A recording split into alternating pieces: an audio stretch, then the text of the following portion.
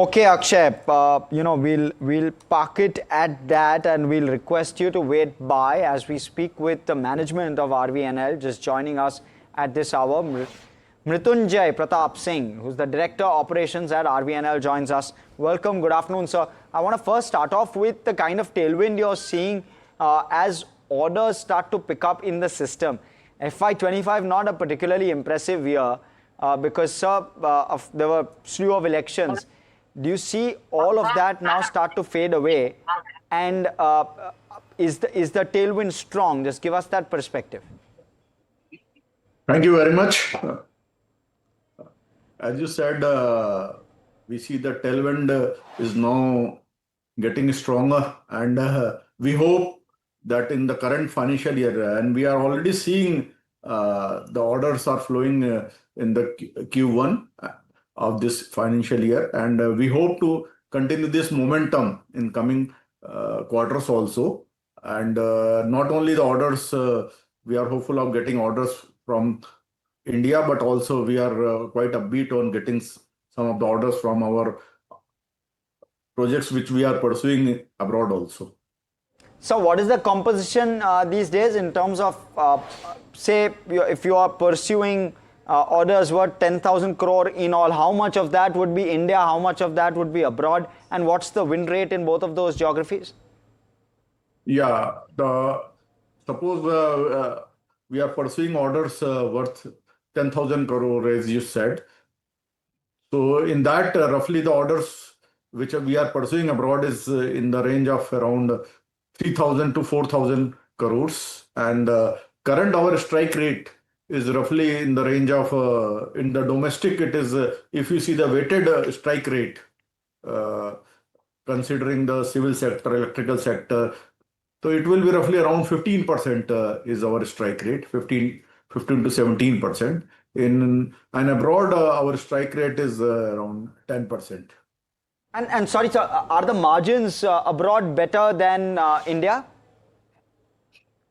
Yeah, you can say that because in India, competition is very intense, especially in the road sector and railway sector.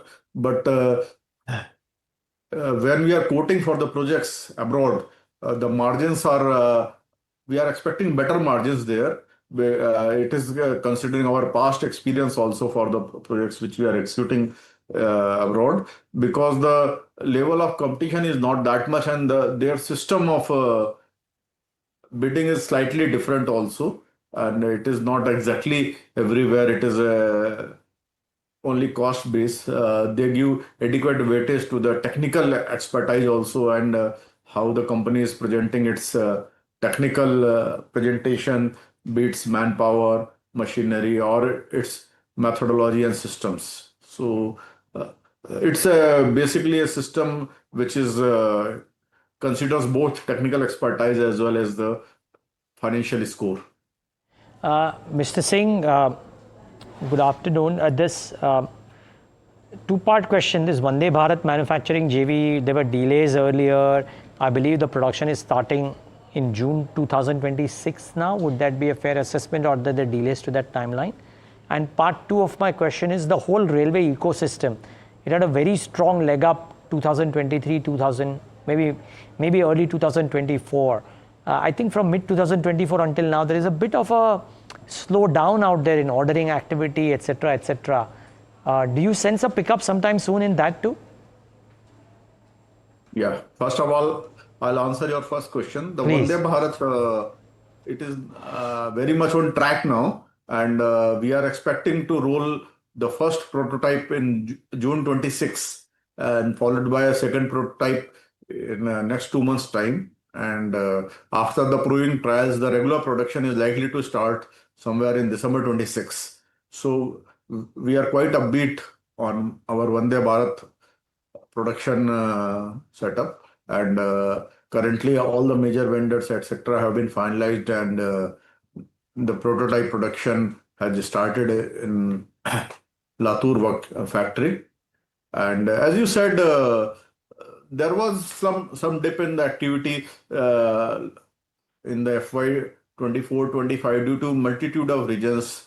There was a period of election also, and due to which some disturbance takes place, and followed by a very strong monsoon in many parts of the country, which has hampered the whole ecosystem of the railways. But we are quite hopeful, and this year the allotment of budget, etc., is quite good, and we are seeing a lot of bids are also coming up in various parts of the country, and we are quite hopeful to win a sizable number of bids this financial year. Okay, so last question, 10% growth from 20 or 1,000 crores to 22 or 25,000 crores in FY26. That's where the kind of guidance stays at? Yeah, we are quite, we have set a target of achieving growth of around, turnover of around 22,000 crore, which will be around 10% growth as compared to the turnover which we achieved during the FY24, 25, 26, 24, 25. So, considering the movement in the sector and project execution rates, we are quite hopeful that we will be able to achieve this target. Okay, we'll leave it at that. Thanks so much, Mr. Singh, for joining in today.